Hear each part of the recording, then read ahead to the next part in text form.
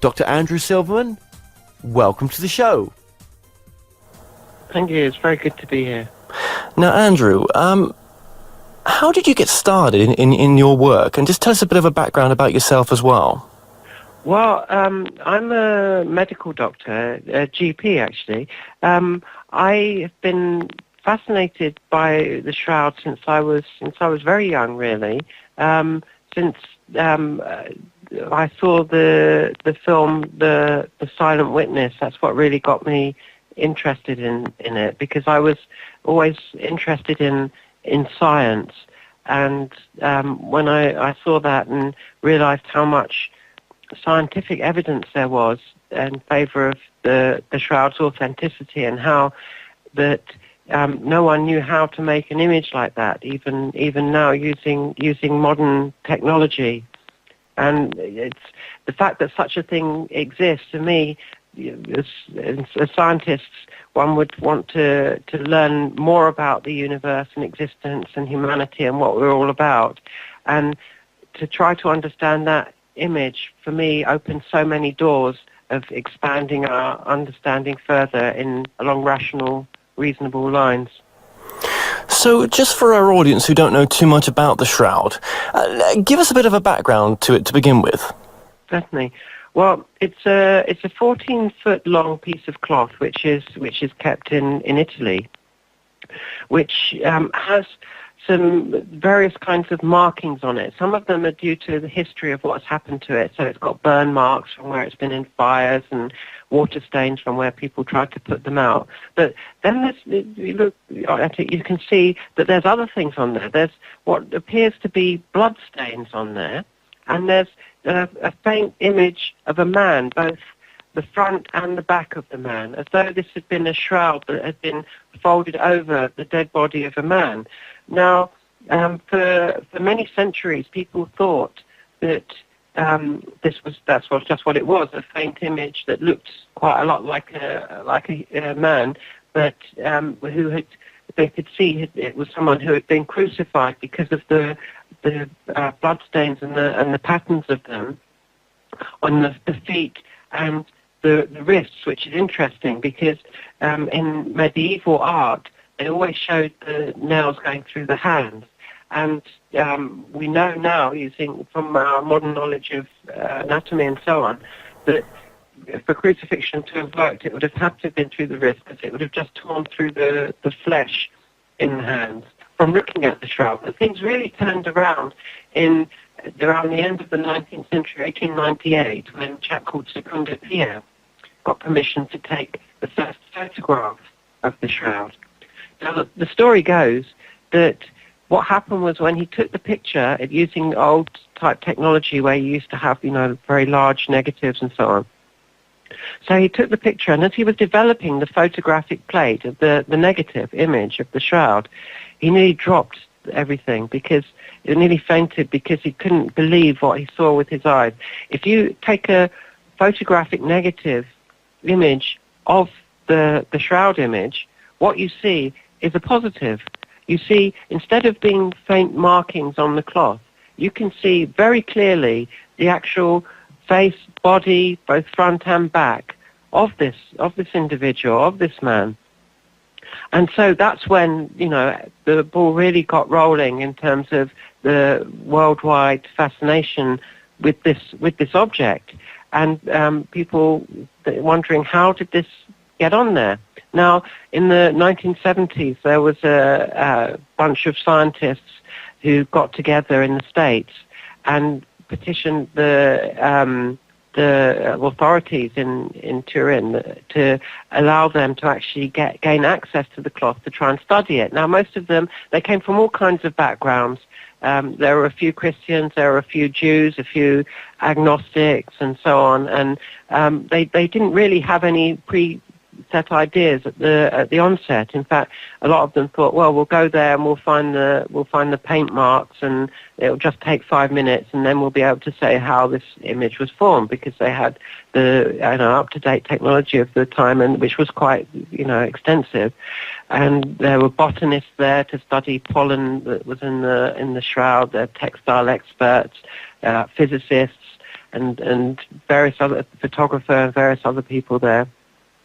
And what they found was actually they confounded their initial expectations, because when you look at the close-up of the shroud, you can't actually see any marks, any brush strokes. There's no outline, and it's only a surface phenomenon. If you paint something, then the paint seeps in and goes through the thickness of what you're painting. But on the shroud, the image is less than a human hair's thickness.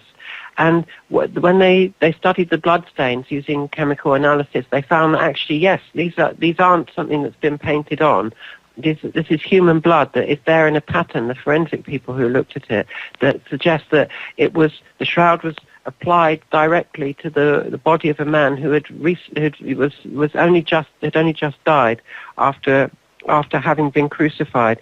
And the forensic people, it's sort of like a sort of CSI thing, if you like, trying to put together what happened to him. There's so much detail on there. They can tell the position that the arms would have been in on the cross in two different positions, one where he was resting and one where he was trying to pull himself up to get a better breath and so on. Right. But surely most of the crucifixions that took place, there wasn't much left of the body once it had been exposed to the elements for days on end. What made this man different that was wrapped in this particular cloth? Very good, excellent question. You see, the thing is that it seems, looking at the forensic evidence on there, that he died more quickly than that. And from historical evidence, we know that is what you say is what the Romans used to like to do. They used to like to after the person had died on the cross, they'd leave the body there for the birds, so to speak, just to rot and be pecked away at, to leave it there for as long as they could, as a deterrent to people, that this is what happens if you try and disobey Roman authority. This is what will happen to you.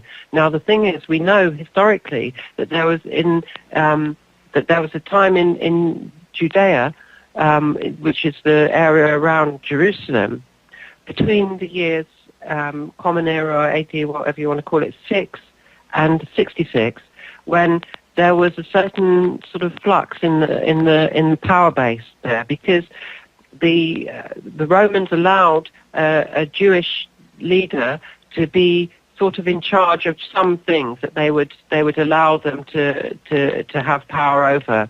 And for example, because Jewish law states that a body has to be buried very quickly after death, the Romans allowed him at least that dispensation. Okay, you're gonna crucify people and you're gonna torture them and kill them, but at least, once they're dead, what more do you want with them? Just let us have the bodies to bury properly according to our traditional practices, and that was allowed. Now, I'm saying Judea. People might say, why am I assuming that this crucified man was in Judea?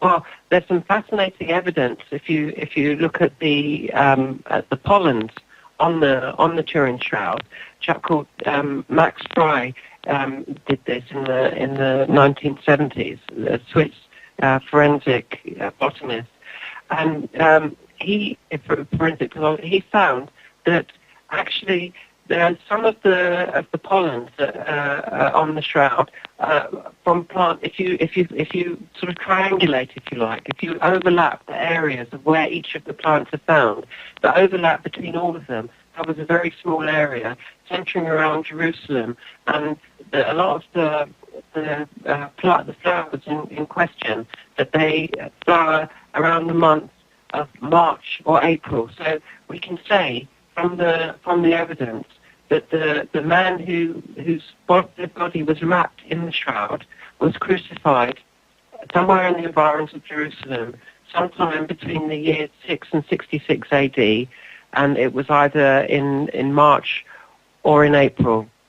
Now, I know people hearing this, the first thing they're going to be thinking about is, hang on a minute, what about the carbon dating? I thought this cloth has been shown to be medieval.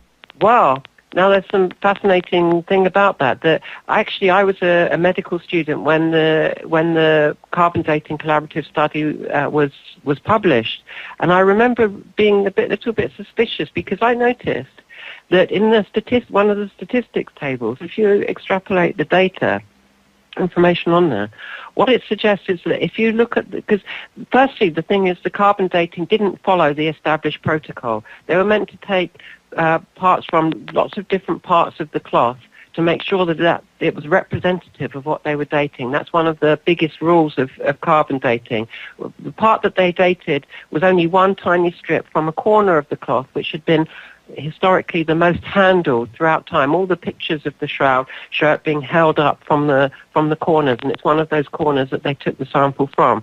Now, if you look at the dates that were derived by the various different laboratories, what you find is that actually they are slightly different. But then if you put that together with the errors that they quote of how sure they are about their data, then what it implies statistically is that it seems more likely that they were dating something, each of them were dating something of slightly different age.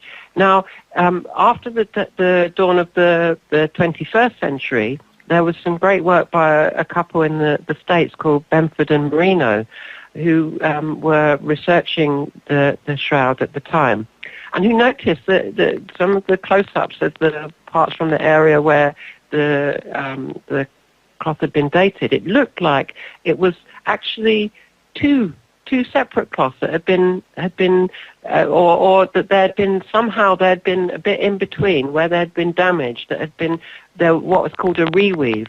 It's something that the nuns used to do, a French weaving practice that they had called the reweave that you can't actually see on visual inspection. And there was one of the scientists called Raymond Rogers.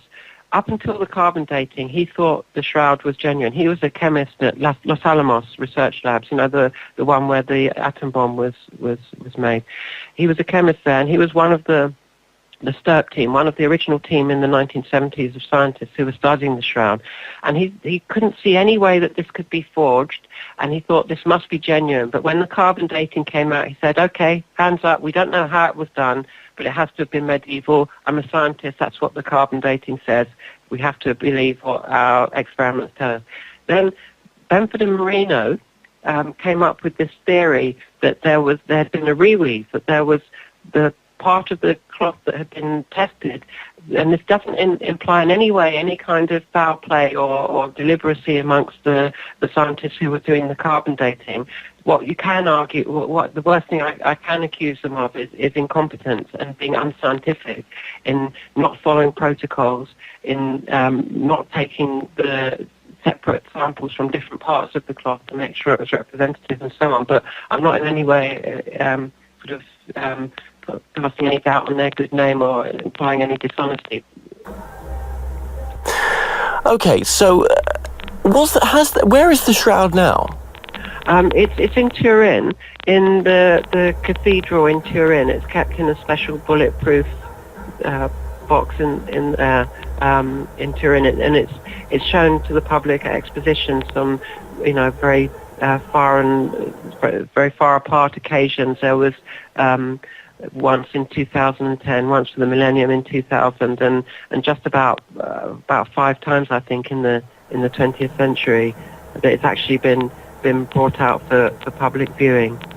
And would they allow the shroud to be retested?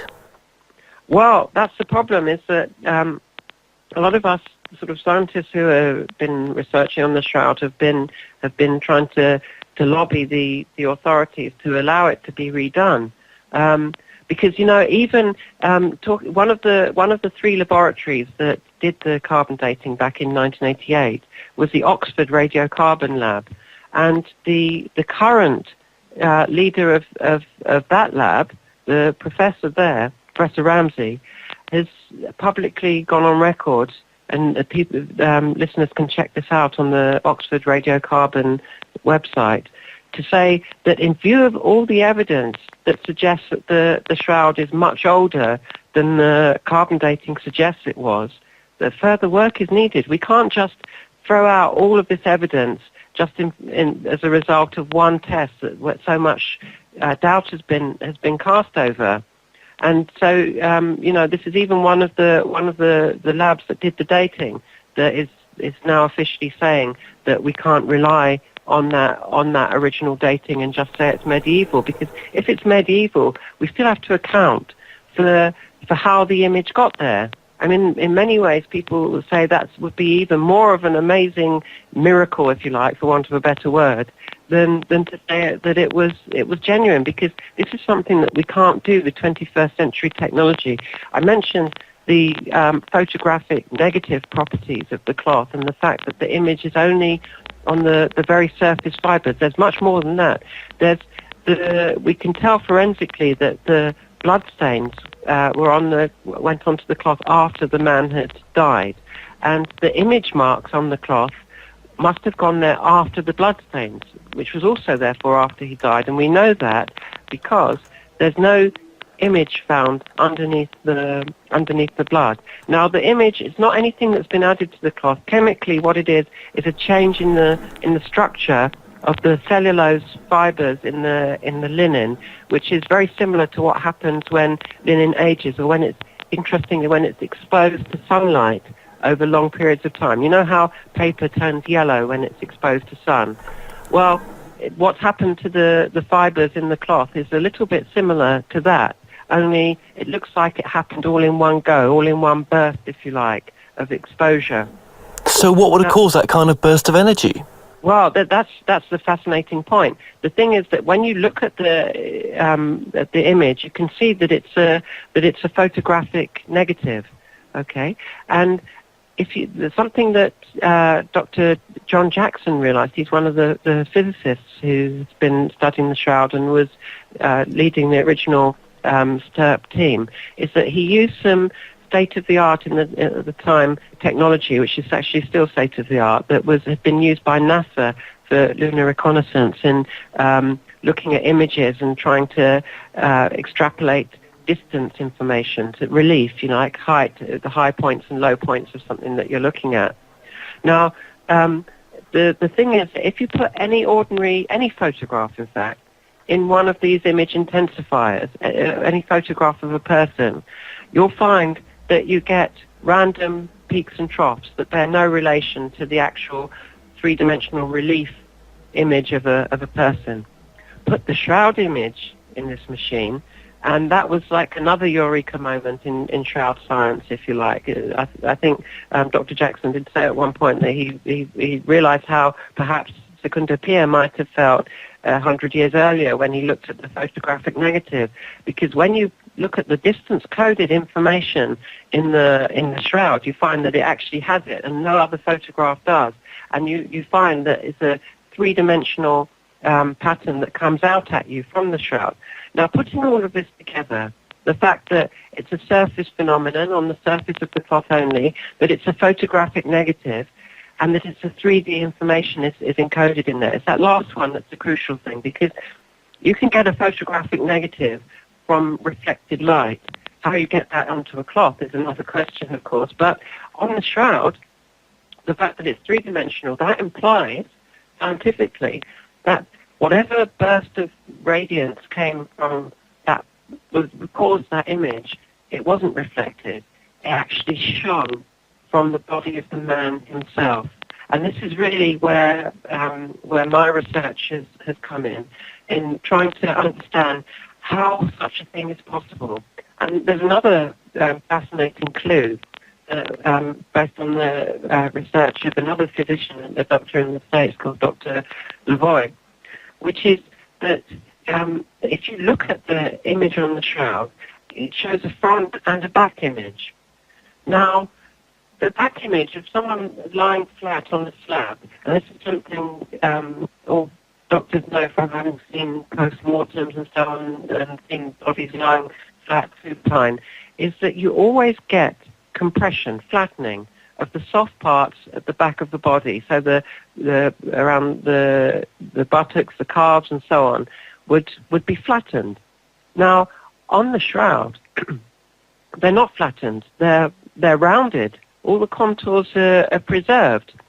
And another thing is that you can actually see his hair on the shroud. He had long hair and a beard. Now, if he'd been lying flat on a slab, again, you'd expect, the boy pointed out quite rightly, I think, you'd expect the hair to be hanging behind him on the slab. What you actually see is it's not. It's hanging down on his shoulders. So, okay, this is a dead body of a man that's upright. So is it somehow standing? Well, no, it's not, because you look at the feet, and so it gets even curiouser that the feet, the soles of the feet are visible. The feet are pointing downwards and at different levels. So he was upright, or it's rather this dead body, when the image formed, it was upright and it was suspended above the ground. Now, that may sound like, something really bizarre science fiction to a lot of people, but bear in mind, who was this an image of, this shroud? Well, that's it. I mean, who do you think it was? Well, I mean, how many people would have been crucified in those times between 6 and 66 AD, and have had a cap of thorns placed on their head and to have been pierced in the side?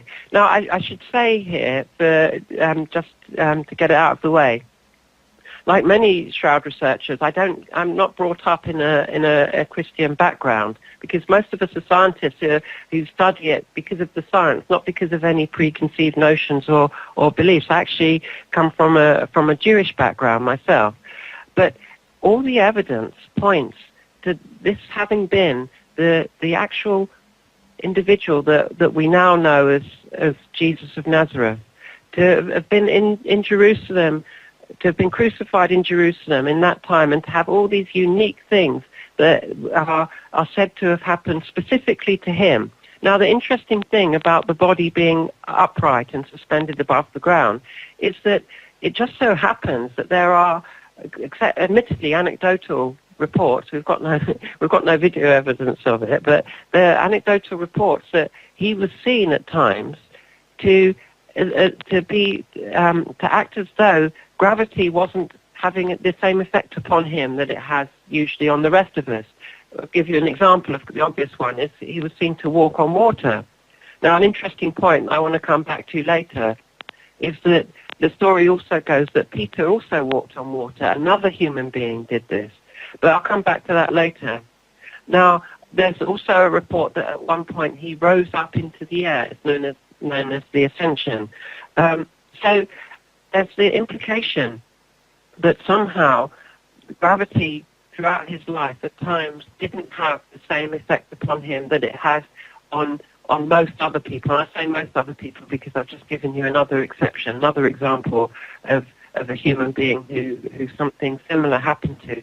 So the scientific papers that I've written that were peer-reviewed and presented, the first one at a scientific conference in Italy that was held at an atomic accelerator lab. The physicists of the university there were organising.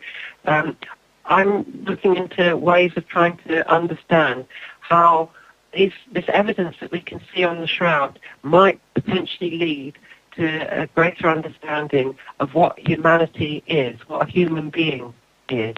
Because after all, whatever we call him, this person who left the image, he was a human being.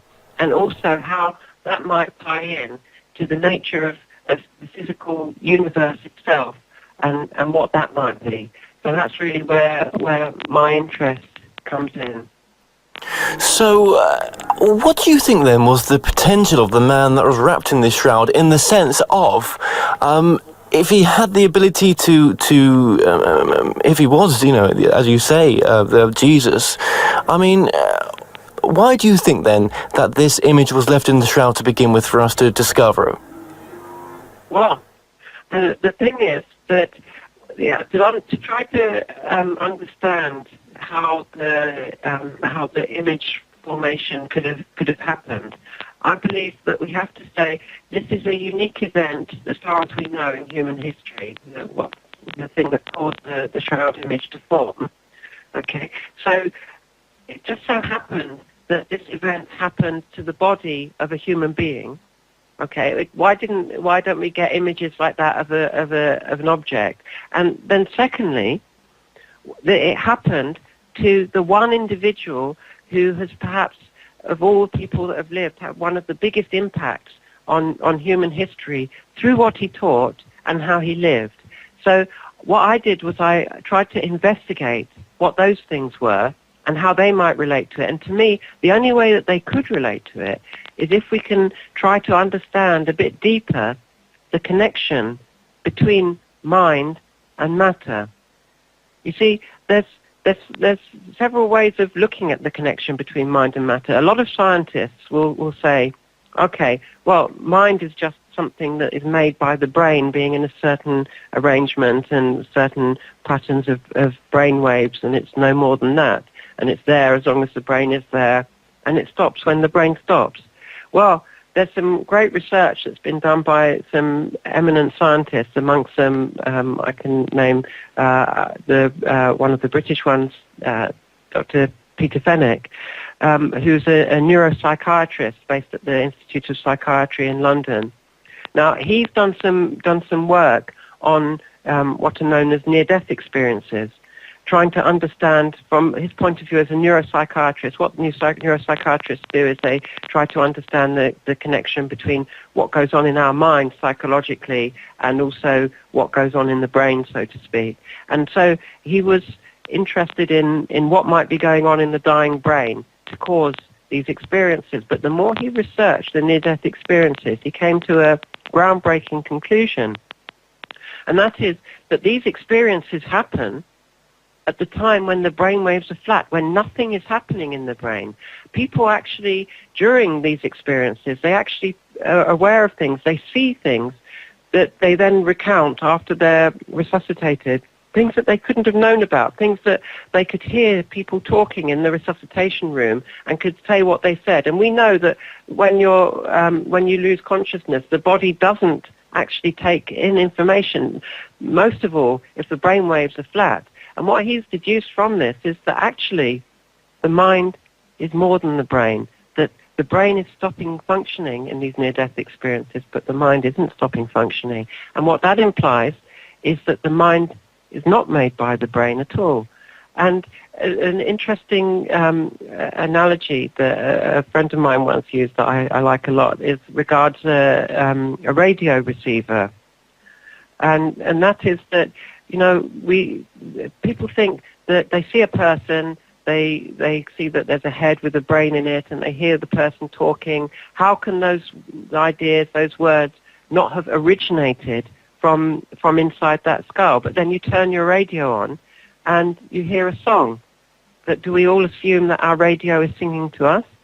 So, I mean, if the brain is stopping and the mind is continuing, then it does tend to imply that perhaps the mind is more than the brain. So to get back to the shroud, as I was saying, there's different ways of looking at it. One is that the mind is just made by the brain, and that's all it is.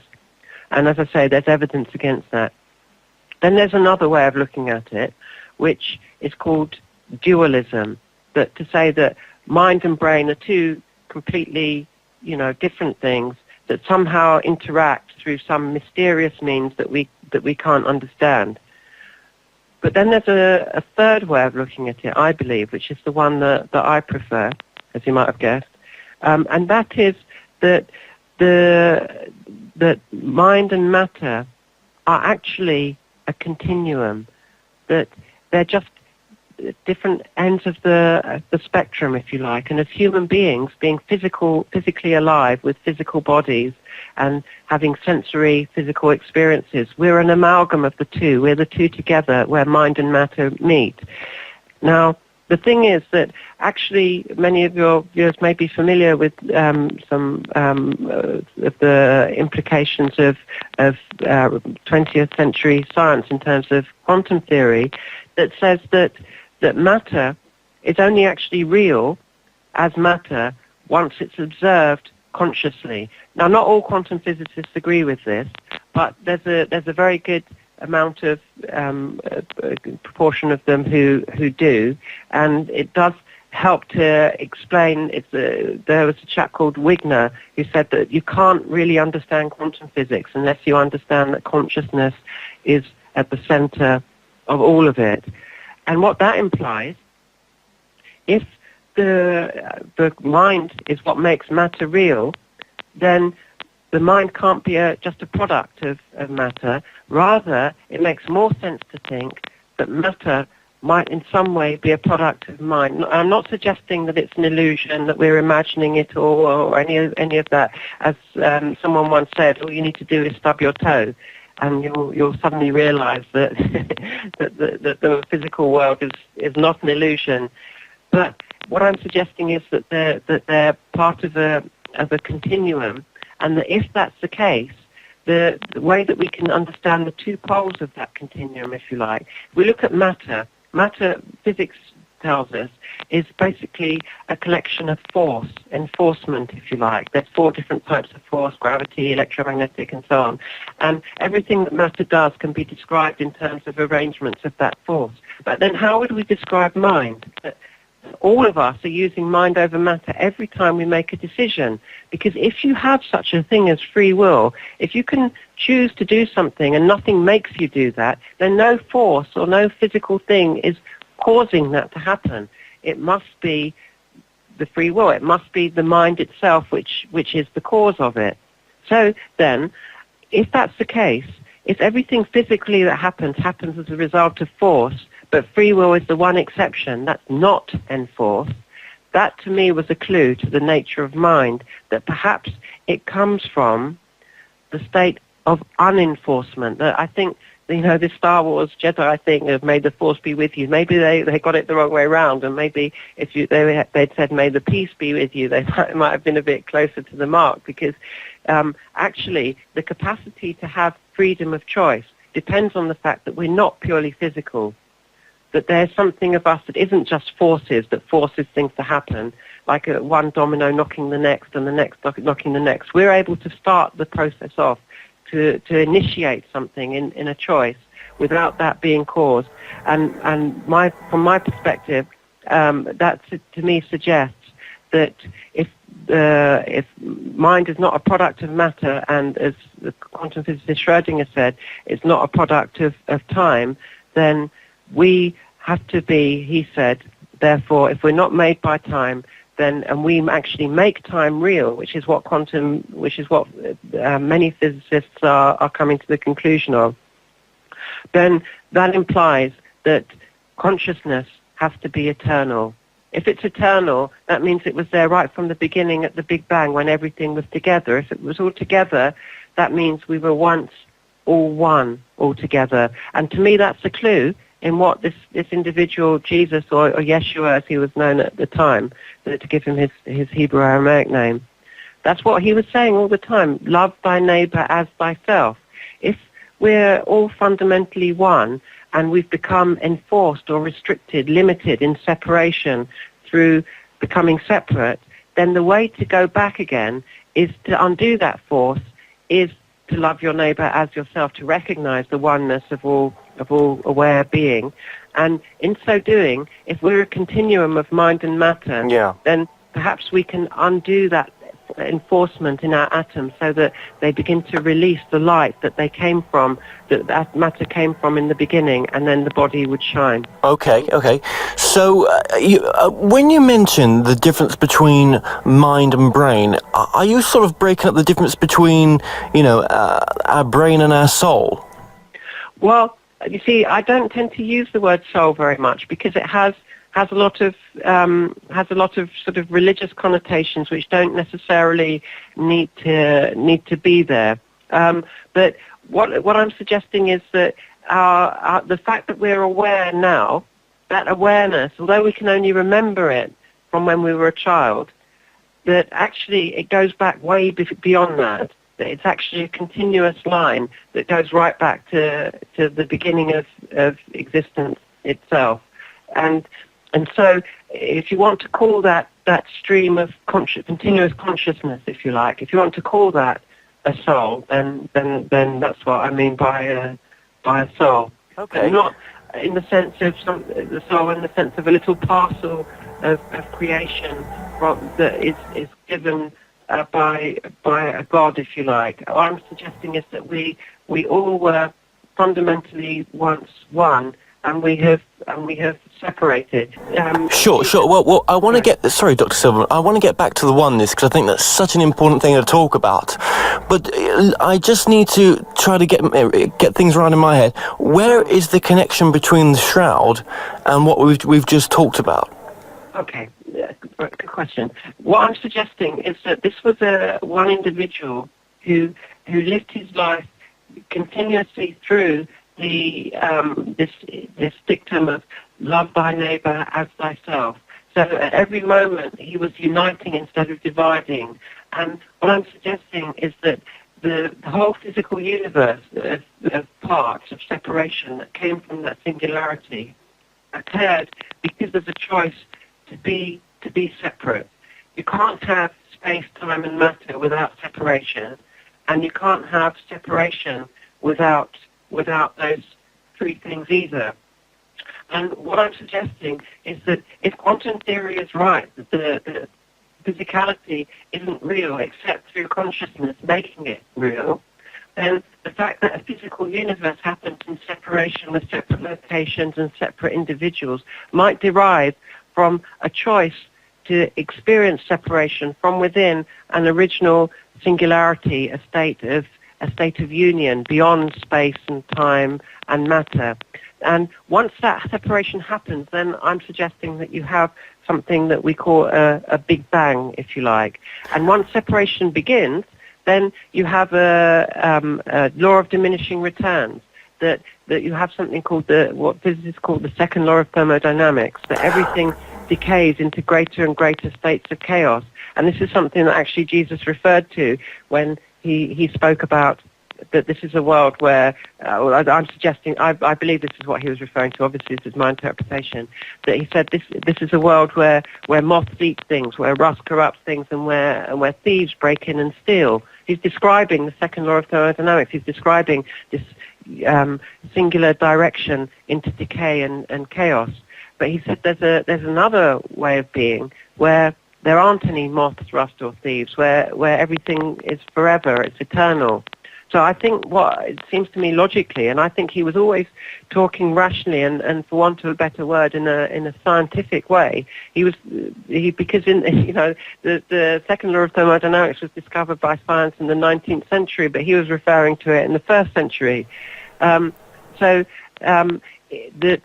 That's a natural momentum, is for everything to go into chaos. And you see that expressed in human qualities as well. Things like selfishness, arrogance, racism, all these isms that divide man from his fellow man are part of that momentum that breaks everything apart. Okay. And it showed that there was one way to do the opposite. So if our enforcement in matter to be physical beings is a result of that separation. Okay, so, you've done many years of research on the Shroud. You believe it was Jesus Christ, or the individual called Jesus Christ, that was originally wrapped in this cloth. And from many years, again, of looking into what Jesus stood for and his teachings, you see that there's a much bigger purpose to life by looking, deeper into the meaning of this one unique individual.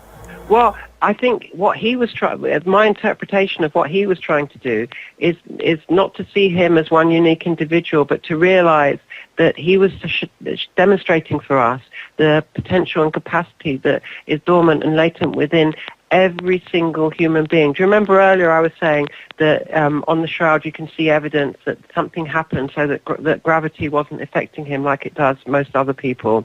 and that there was another example of that in his life when he walked on the water. Well, Peter also walked on the water. That's another, if you like, ordinary individual who was able to, by trying to follow that same example, he was able to achieve the same thing. Now, Jesus actually was at pains to point out so many times. If you actually look at what he said, even in the Gospels, and if you look in the Gnostic Gospels, it goes into even more depth. But even in the standard tabloid Gospels, if you like, that are now in the New Testament, he says, these things that you see me do, you also can do, and greater than these can you do. And he said, at another point, he said, if you have faith the size of a mustard seed and say to this mountain, move, it will move. Now, it's interesting that if you converted all the mass energy of a mustard seed into energy, that would be enough to move a mountain, This is someone in the first century who perhaps knew a thing or two before Einstein did. And the fact that he was saying that all of these things are possible, and people say, no, but he's the exception because he's the Son of God. Well, I don't. You see, then you have to define what God is, and I would suggest that for me, I can't see God to be an old man in the sky pointing down thunderbolts and so on. For me, if God is the omniscient state that's beyond all space, time, and matter, and is eternal, then that sounds very much like that original singularity, which, by the way, wouldn't have become, because it's outside time, if we come away from it, it doesn't become any less, because it still contains that potential of us. But so if he is a representation of that for our planet, in terms of how, because he lived according to the way that shows us how to get back there. But he, interestingly, one of the interesting quotes he made in terms of what I'm saying of force against no force, or peace as I call it, he said, "Blessed are the peacemakers, for they will be called children of God." Now, he's known as the Son of God, and I'm suggesting that he was, through cancelling force, through making peace happen, that's how the image happened on the shroud, because I'm saying that when you reduce force, that's where freedom is, which is this notion of peace on earth and goodwill to men.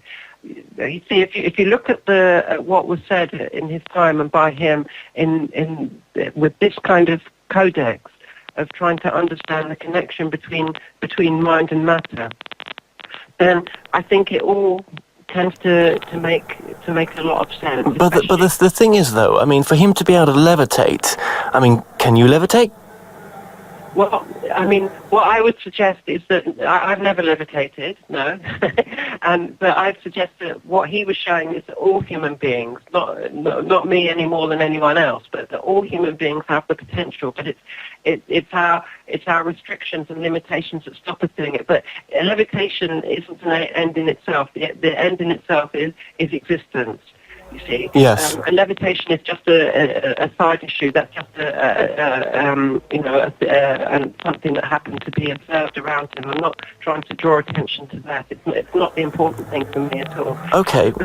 Well, one thing I want to get back to, because we're getting to the top of the hour here as well, is the oneness you spoke about. Because I said before that's a very important subject.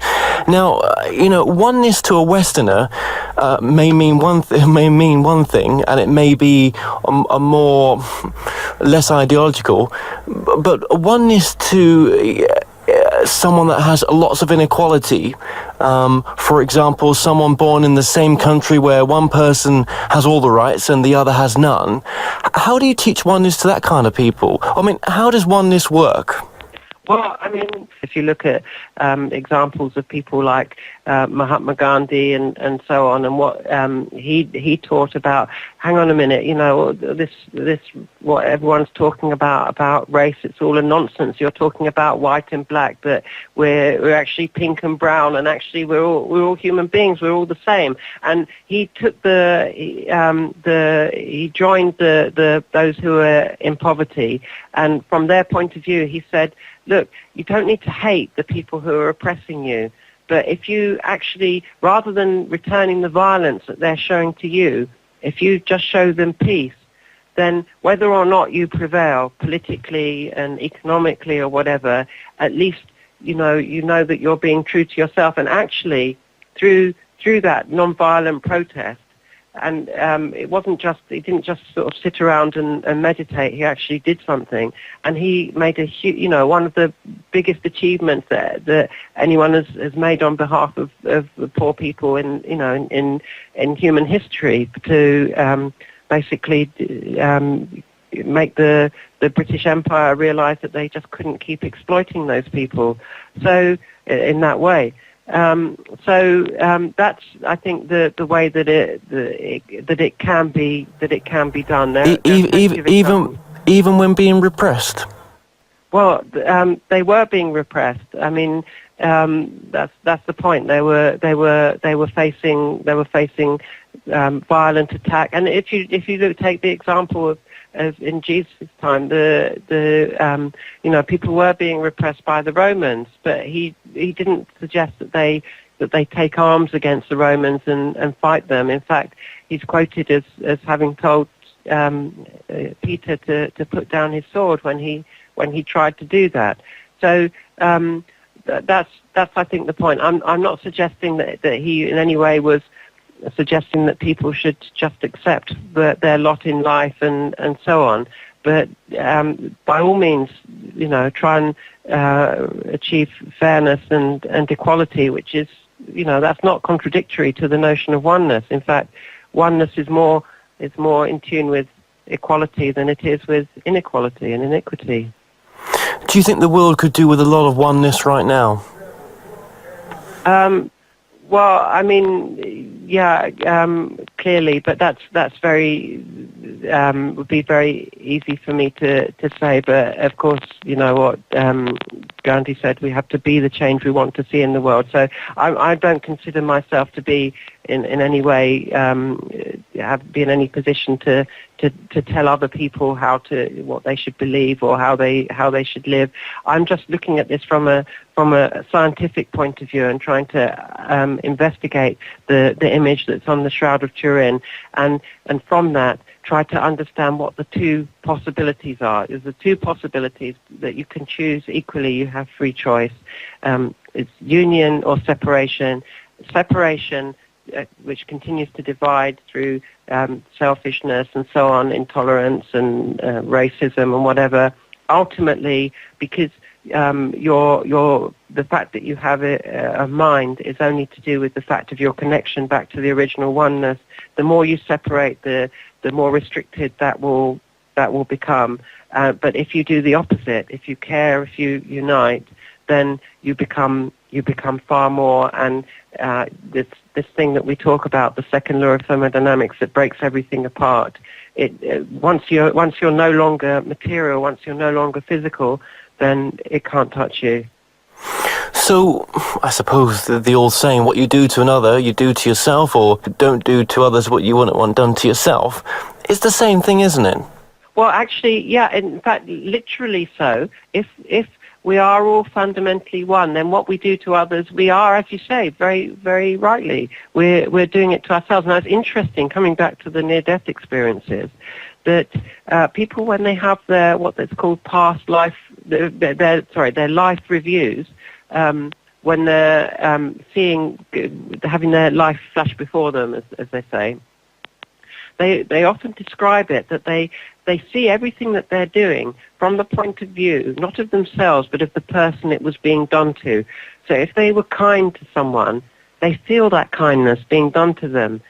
If they did something nasty to someone, they feel what that nastiness feels like, and they don't feel like they're being judged in any way for it, but they feel, in terms of their conscience, that they've seen where they've gone wrong in their life, and that's the point. I think that if anything we do to anyone, we do to ourselves. So if you love your neighbour as yourself, then that's what you're doing to yourself, and you're actually preserving your ability to exist eternally, not in a religious sense that someone in a cassock waves an arm at you and grants it to you, or that God points his finger at you and says, "Okay, I've totted it all up, and I'm going to let you in."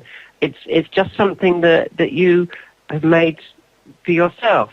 That not that anything that nobody else is actually judging you. So it's simply like Isaac Newton said with his third law of action and reaction in physical terms. I think it's the same in metaphysical terms, what we do with our minds, but not just because of moral arguments, but because of rational ones, because it makes sense. And in fact, in the Indian subcontinent, people have been saying this for thousands of years. But it seems that in the West, we've just more recently become sort of acquainted with this idea as a notion. But I think I don't think that the man on the shroud was trying to start a religion. I don't think he was trying to make an organization. But if you analyze what he said, I've come for one reason only, to bear witness to the truth. He didn't say, I want to start an organization, it's going to be a hierarchy, and you have to, everyone else has to give them money and so on. He was just simply saying that he was bearing witness to the truth. And I think that if you got Jesus together with Muhammad, with Abraham and Zoroaster, all these people, they wouldn't say, okay, I'm this religion, you're that religion, and I'm the other religion. They would see each other as all people that had basically fundamentally got the same message.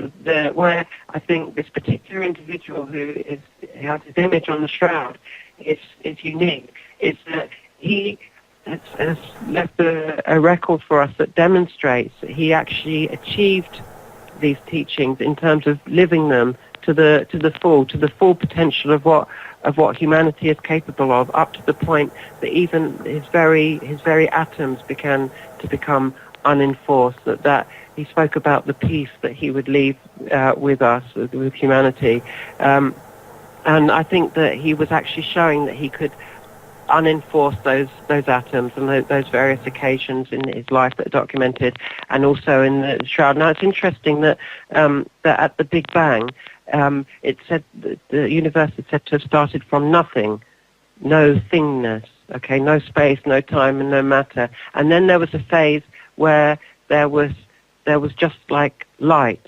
It's called the photon-dominated era by scientists, and then matter came after that. So you can see, as you get closer to the original singularity of perfect order, perfect peace, if you like, that matter begins to undo, begins to unwind and become unenforced, and that's when it becomes like light. And so I think for me, fundamentally, that's what the shroud is saying to me in the image of the shroud, from analysing it scientifically. What I can learn from it is that it's showing what humanity is capable of, because if one human being did it, then it's showing that and showed that he had limitless potential. And he always said that anything he did, anyone else can do. And he even said, is it not written, you are gods, talking to the audience of the people who are around him?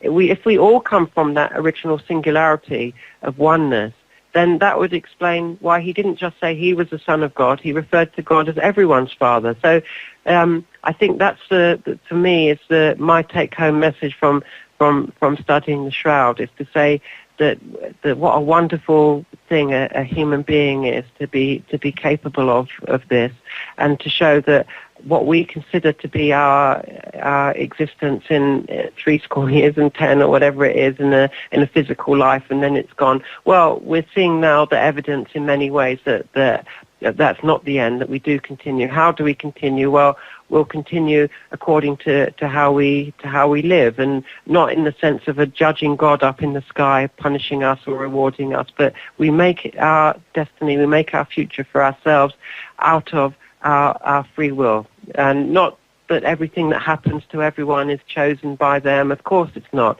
If someone treats someone badly, the person who's treated badly didn't choose that, because we're responsible for each other as well.